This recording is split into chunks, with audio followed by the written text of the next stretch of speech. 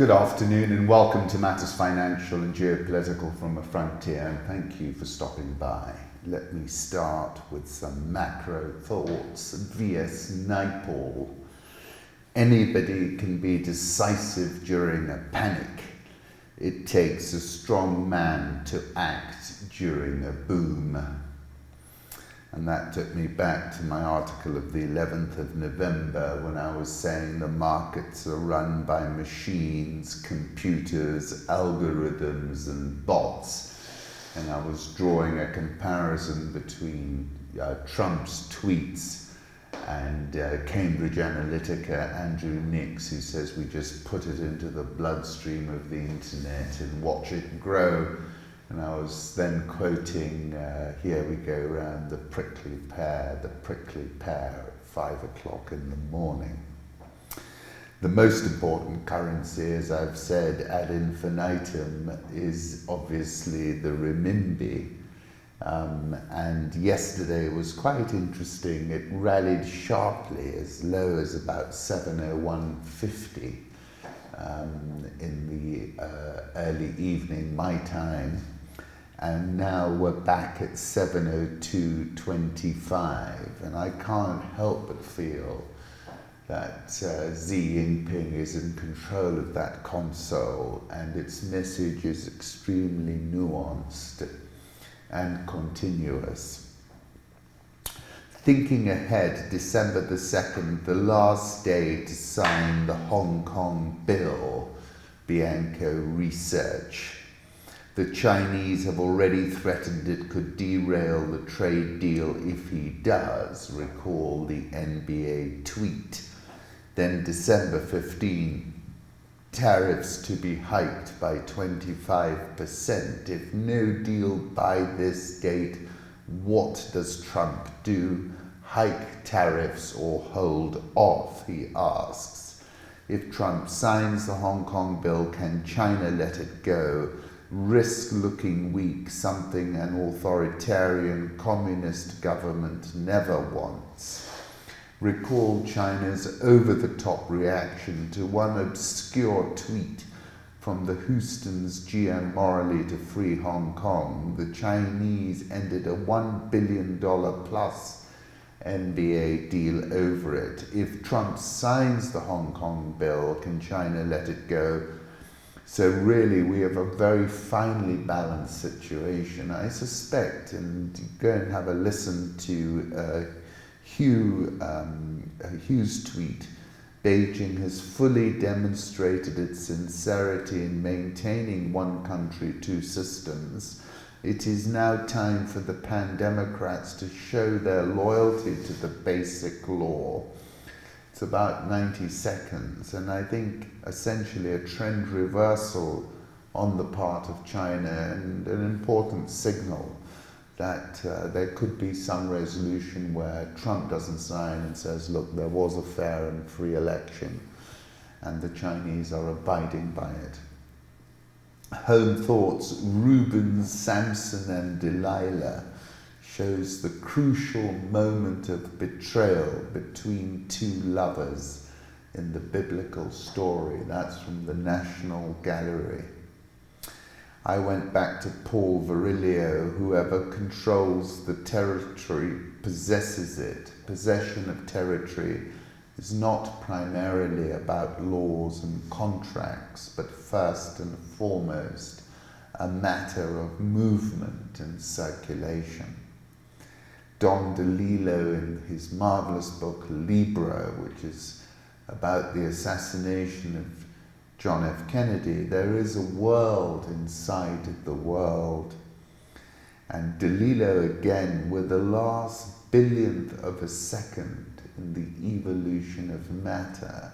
And that sentence was articulated by Vala Afshar, something to think about. The Earth is 4.6 billion years old. Let's scale that to 46 years.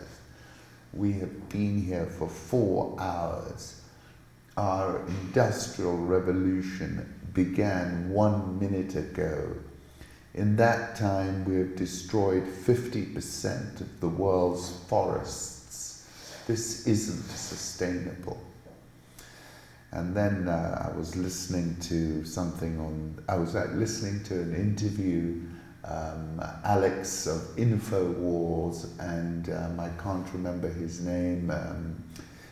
He's a follower of Elijah Muhammad, and in that he was talking about the book of Revelations. I am Alpha and Omega, the beginning and the ending, saith the Lord, which is and which was and which is to come, the Almighty. So let me start again on political reflections with that tweet and short video from the editor-in-chief of Global Times, Hu Xin, who has this ability to articulate Xi Jinping in a freedom of maneuver which is unprecedented in the Chinese system. Beijing, he says, has fully demonstrated its sincerity in maintaining one country, two systems. It is now time for the pan-democrats to show their loyalty to the basic law. And I think that the signal in there is a trend change and giving both sides an opportunity to step back over Hong Kong. Britain's party politics are increasingly structured around age cohorts rather than occupational social classes. Have a look at this. And in December 2018, I was writing about Corbyn and saying, the UK remains a political conundrum. And the recalcitrant Jeremy Corbyn refuses to pivot on Brexit and surge into 10 Downing Street on a youthquake wave, as you can see from those data points. 18th of November, I was writing about the Lotus Eaters in the UK election, and to wit, why I was calling them the Lotus Eaters. Boris Johnson's push to get Brexit done by December 2020 is diplomatic amateurism that raises the risk of leaving without a deal, warns former UK ambassador to the EU, Sir Ivan Rogers. Essentially, it's simply not possible to have a clean break as Boris is proposing. Sterling, chart from FX Pip Titan, last at 128.43.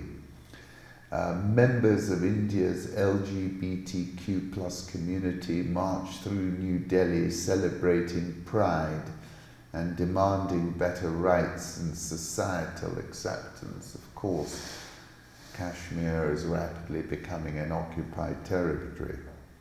In less than 2 months of a road closure, Lebanon has lost around $2 billion worth of economic exchange and commerce. The currency has devalued 33% to the dollar in the black market. This is E.J. Malrai. Lebanon is on the verge of total bankruptcy. There is no longer any trust in the Lebanese lira nor in the banking system.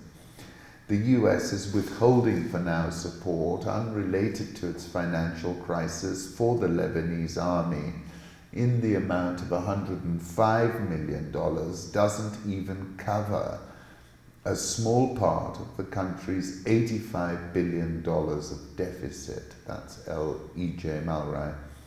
As I said in my article, The New Economy of Anger, prolonged standoffs eviscerate economies, reducing opportunities, and accelerate the negative feedback loop.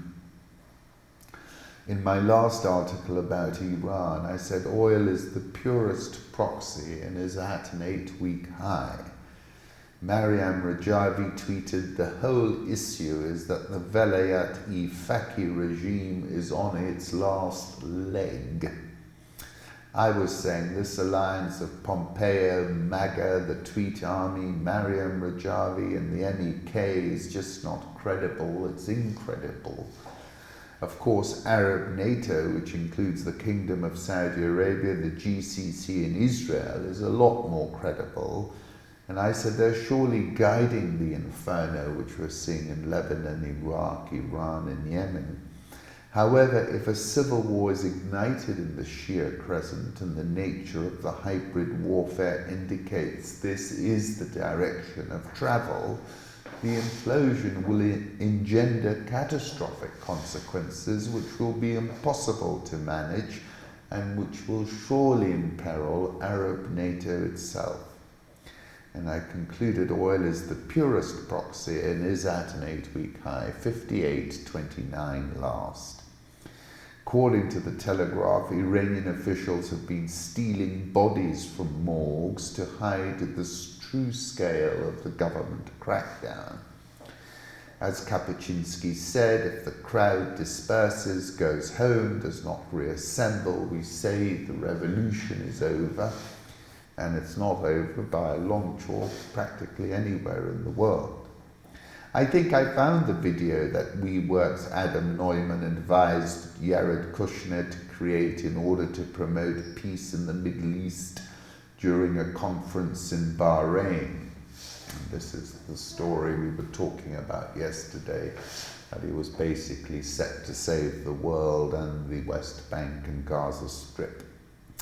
International markets, after WeWork SoftBank startup bookkeeping draws scrutiny. In early 2018, the founders of Chinese artificial intelligence startup SenseTime Group flew to Tokyo to see billionaire investor Masayoshi Son. As they entered the offices, Chief Executive Officer Zhu Li was hoping to persuade the head of SoftBank Group to invest $200 million in his 3-year-old startup. A third of the way into the presentation, Son interrupted to say he wanted to put in $1 billion. A few minutes later, Son suggested $2 billion. Turning to the room full of SoftBank managers, Son said this was the kind of AI company he'd been looking for. Why are you only telling me about them now, he asked, according to one person in the room. In the end, SoftBank invested $1.2 billion, helping to transform SenseTime into the world's most valuable AI startup. The young company's valuation hit $7.5 billion this year.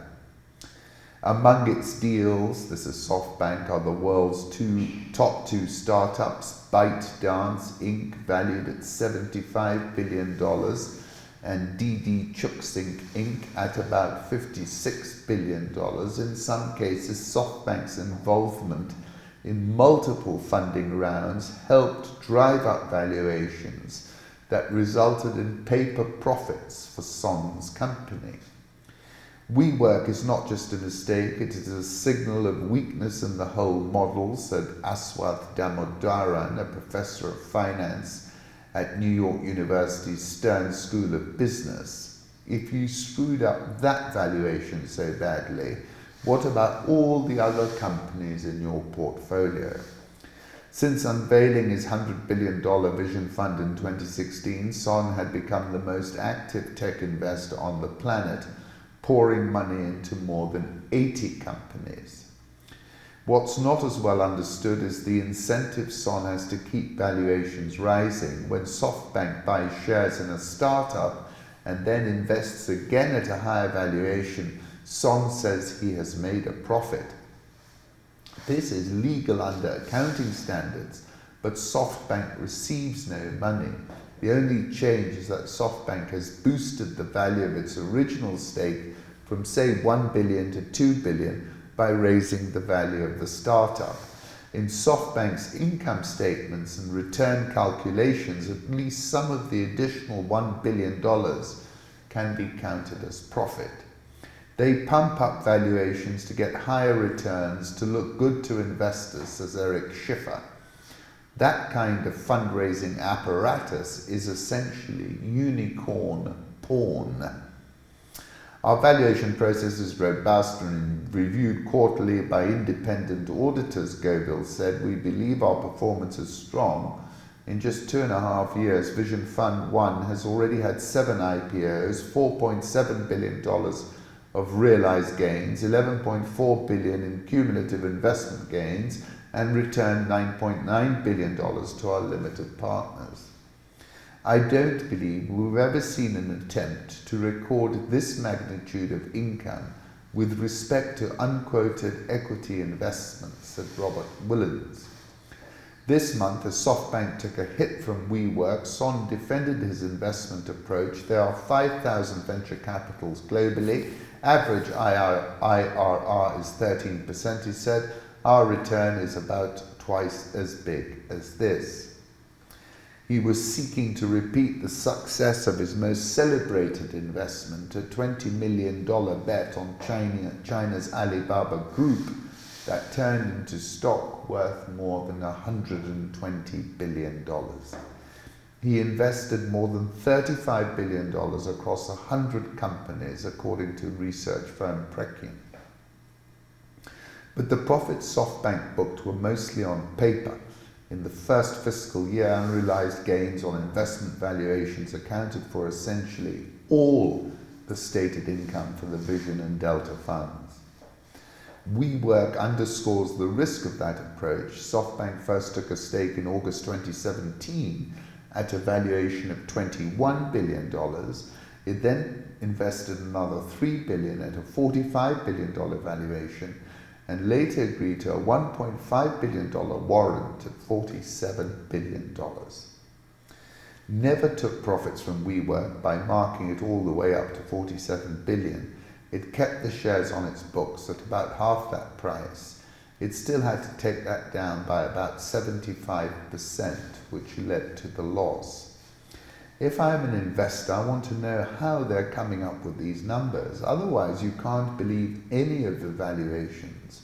The more they talk about accountants, the less I would trust the numbers. I'm not an accountant or a lawyer, but presenting this as income doesn't make any sense, said Ilya Strabulov. Research suggests the latest post-money valuations typically overvalue startups by about 50%. In the US, food delivery firm DoorDash struggled to distinguish itself from rivals and hadn't hit the $1 billion unicorn mark until SoftBank invested in the company last year. Then, in just over a year, DoorDash's valuation went from $1.4 billion to $12.6 billion this May. When SoftBank reported earnings the next quarter, it highlighted DoorDash as one of the main contributors to its operating income. Then they go into the story of Oyo, another crazy story, and how they pushed up that valuation as well. And then earlier investors in Oyo were Didi and Grab, the ride-hailing companies backed by SoftBank. That raises the question of whether money used to boost their valuations was then reused to hike the value of another SoftBank investment. In February, he opened an event with a slide that showed 25 minus 4 equals 9 ? The point he was making is that SoftBank held assets worth 25 trillion yen, including a 12.5 billion yen stake in Alibaba, and had only 4 trillion yen in debt. Yet investors bestowed a value of 9 trillion on SoftBank, a discount of more than 60%. It's just a beginner math, Son said. This is too cheap. Markets are telegraphing that the trust is gone. Massa needs to rebuild that. Goodness gracious. Gonna have to look at that. It seems to be just self-pumping. Currency markets, let's take a look. The Euro 110.11, dollar index 98.314, Japanese yen 109.16, the dollar strengthened. Swiss franc 0.998, the pound 128.39, the Australian dollar 0.6778, India rupee 71.36, South Korean won 1177.46, the real, and I'll get to that, the Brazilian real 423.32, having hit a record low, Egyptian pound 1609.91, and the South African rand softening now from the top of the range at 1482. Dollar index, I'll put up a 3-month chart, that remains well bid. Euro dollar 110.11 last. Gold bounced off 1450, is last at 1459.50. A Bitcoin and avocado, the synchrony, a strange statistical coincidence, as crypto news pipe. Avocado is seen as a healthy fruit and Americans can't get enough of it. Statistics indicate US imports over 750 million kilograms of avocado to supplement homegrown volumes. On average, over 21 million avocados are eaten every hour. This partly explains why, despite earlier troubles, prices are up 10% year to date, trading at $2.93 per kilogram. I wrote about this in January 2018 in an article I called The Crypto Avocado Millennial Economy. I said the zeitgeist of a time is its defining spirit or its mood. Capturing the zeitgeist of the now is not an easy thing because we are living in a dizzyingly fluid moment. Paul Virilio said wealth is the hidden side of speed and speed the hidden side of wealth, and he is not wrong. Last year, the economist Richard Thaler was awarded the Nobel Memorial Prize in Economic Sciences for his contributions to behavioral economics, and clearly behavior is having an outsized influence on economics. Gladwell defined the tipping point as the moment of critical mass, the threshold, the boiling point. It seeks to describe the mysterious sociological changes that mark everyday life. Ideas and products and messages and behaviors spread like viruses do. You will recall in April 2017, avocado prices had doubled and reached the highest in data going back 19 years.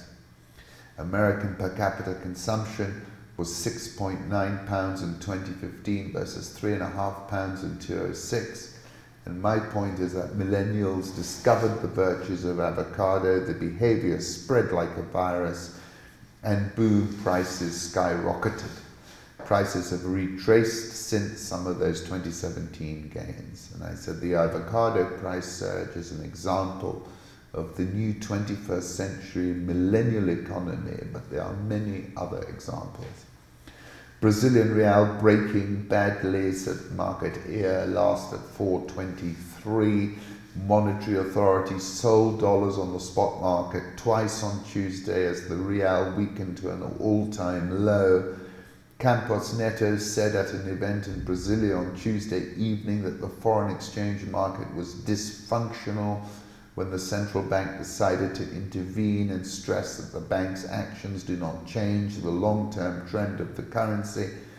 Added Brazil is well prepared to face turbulence with large foreign reserves. It touched 427.70 before closing at its low of the day around 423.30. 427.70 was almost 1% higher than the dollar's previous peak reached in 2015 when Brazil was mired in one of the worst recessions in its history. Today we had a very atypical movement. The exchange rate became dislocated with gaps in liquidity. Central Bank President Roberto Campos Neto. If tomorrow we think there are dysfunctional moves, that Brazil's exchange rate is behaving unlike other countries, and there are liquidity gaps in the market, we will intervene again just like we did today.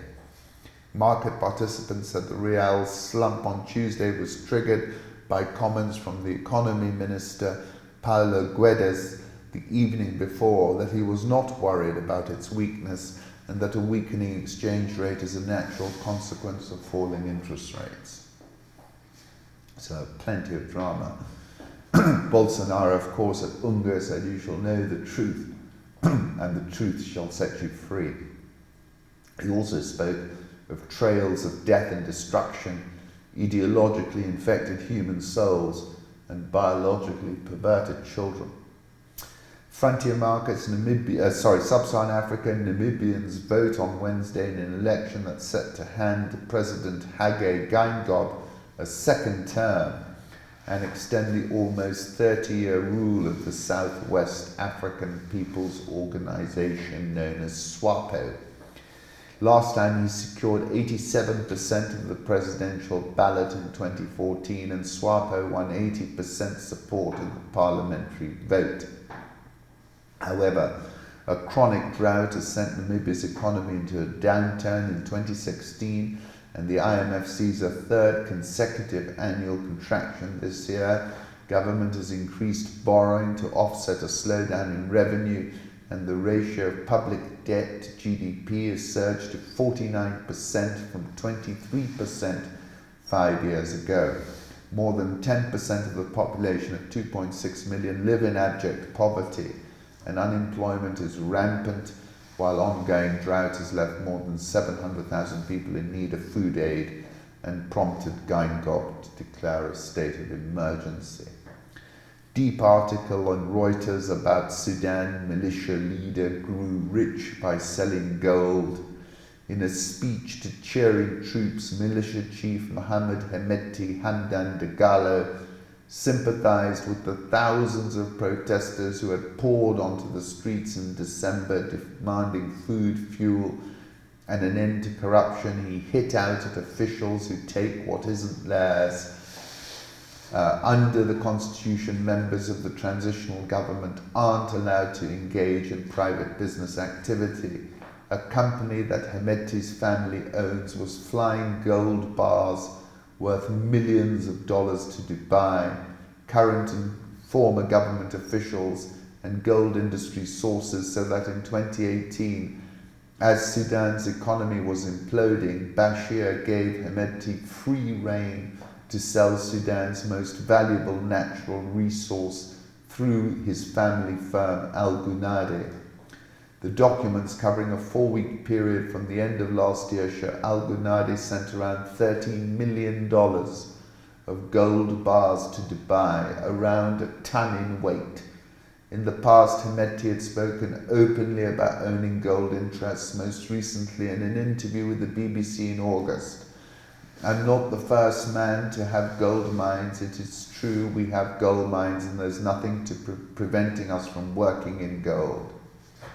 In a separate interview, Al Gunade's general manager Abdel Rahman El Bakri said the firm is owned by Hemeti's brother Abdel Rahim, who is also the deputy head of Hemeti's Rapid Support Forces. In Darfur, Hemeti earned a reputation as a ruthless commander and a loyal servant to Bashir. The president called him Hemeti, meaning my protector. He became the new king of Jebel Amr and its gold, said Amjan Fahid.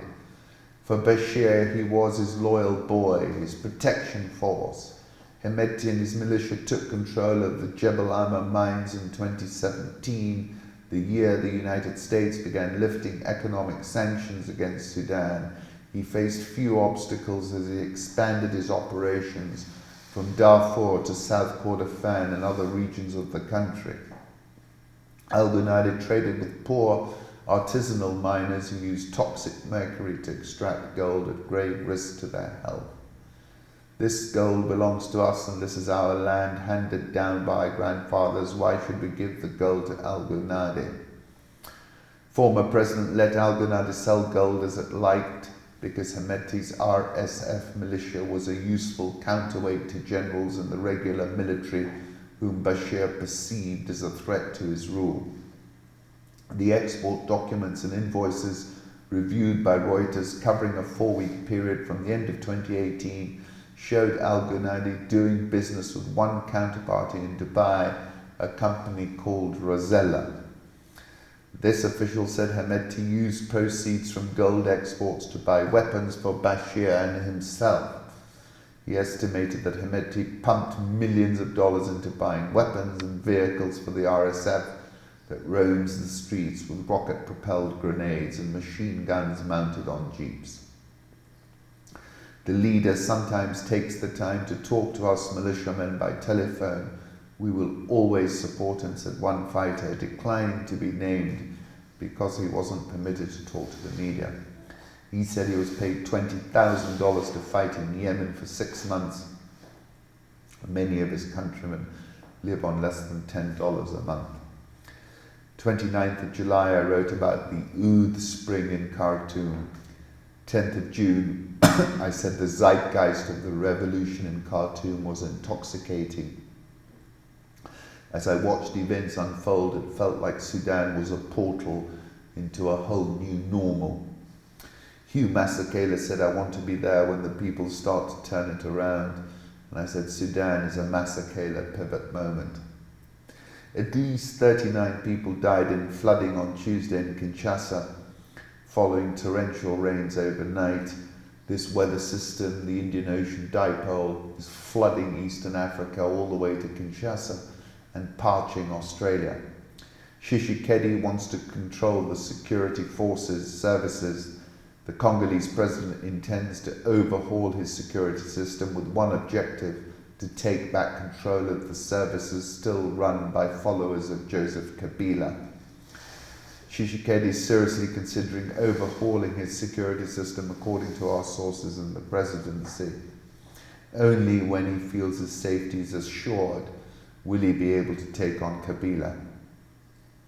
Very interesting, detail, long read by Tristan McConnell. Murder by translation. 2 UN investigators were killed in cold blood in 2017. Their deaths filmed and shared online. In the video of their deaths, Zaida Catalan and Michael J. Sharp are shepherded shoeless through scrubby forest. They're accompanied by at least 13 men, some wear red bandanas. Some carry 12-gauge shotguns, others hold knives. Sharp talks in French, Catalan is silent. Catalan and Sharp are the first and so far only UN investigators to be killed in the line of duty anywhere in the world. The images speak for themselves, said the then Information Minister Lambert Mende. It is not our soldiers that we see in the video executing the 2 UN workers, but the terrorists of the Kamwina Nsapu militia.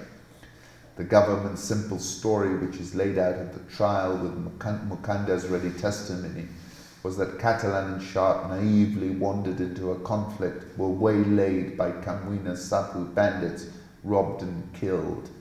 It is Kabila's, not Tshisekedi's, presidential portrait that still hangs on walls around the country. As the date for the 2016 elections loomed, Kabila sought avenues to stay in power. An attempt was made to co-opt an influential traditional leader in Kasai for political gain. But the move went awry and the chief, known as Kamwina Nsapu, was killed, triggering the insurgency that bears his name. The scale of violence was alarming and unusual. Jason Stearns at New York University's Congo Research Group and one of Sharp's predecessors as coordinator of the group of experts told me that the Congolese army's extreme brutality in Kasai was unprecedented, even by the standards of a military well known for its excesses. One thing that's clear from the video is that this was an organized hit. This was not some guys at a roadblock who all of a sudden got upset. The video's audio track 2 contains evidence. Kamwina Nsapu is a local movement and its members speak of a local language called Shiluba, yet in the video 2 men off camera cannot speak French and Lingala. Transcripts produced independently by the UN and French broadcaster RFI show that a crucial exchange was mistranslated. Their translator, fixer and guide collude in the deceit. You can arrive in Bunkonde, there is nothing you will pass without problems. The next morning, Catalan and Sharp headed for Bunkonde and their deaths. And so they were, all the people who lied to the experts during that recorded interview were linked in some way with the intelligence service, Sonia Rolli.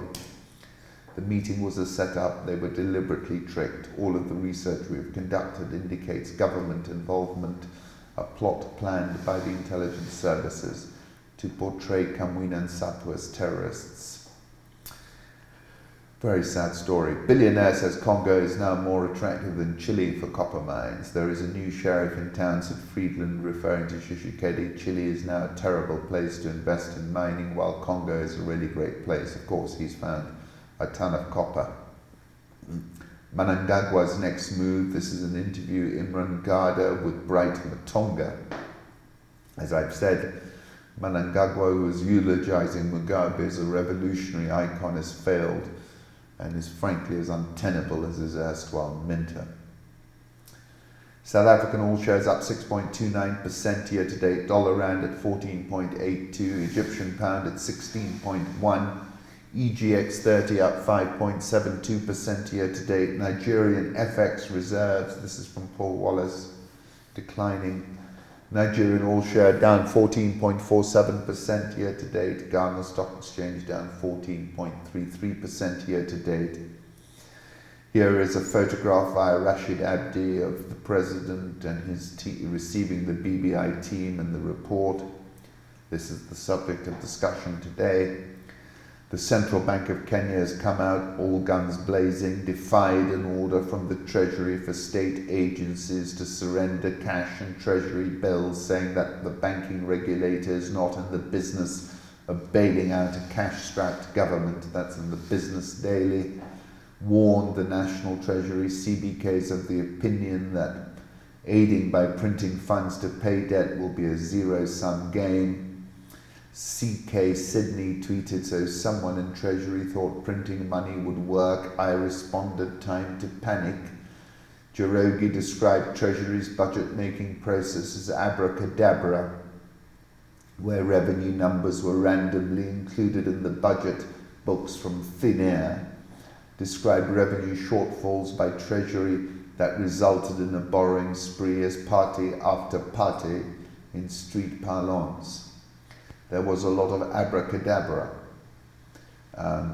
If that is the way you do budgeting, then you deserve what you get, which is nothing, and indeed you deserve the crisis that follows after that. Party after party was referencing the governor of Nairobi, Governor Sonko, and you can see a short clip of 30 seconds when he was partying after party. They are not going back to the same old ways of the past, the wild west of banditry, he told a news conference. Nairobi all shares up 10.71%, the NSE 20 is down 7.43%. Thank you for stopping by.